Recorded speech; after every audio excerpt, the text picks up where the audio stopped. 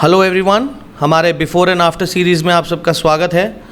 इस वीडियो में हम आपको दिखाने वाले हैं सिरेमिक कोटिंग से पहले गाड़ी का कंडीशन, कैसे गाड़ी पर स्वॉल मार्क्स भरे हुए हैं। यहाँ पर आप देख सकते हैं बॉनेट और उसके अलावा दरवाजे पर भी यही स्वॉल मार्क्स हैं। हमने क्लोज़अप में आपको दिखाने की पूरी कोशिश की है।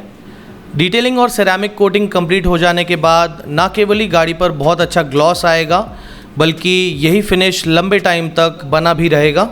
ऐसा ही एक बिफ़ोर एंड आफ्टर का वीडियो हम हर हफ्ते आपके लिए लाने की कोशिश करेंगे। ऐसा करने से अलग अलग गाड़ी पर कैसा फिनिश आता है उसका एक बेटर आइडिया भी आप लोगों को मिलेगा। और फिनिश कंप्लीट हो जाने के बाद गाड़ी का अब फाइनल लुक देखते हैं।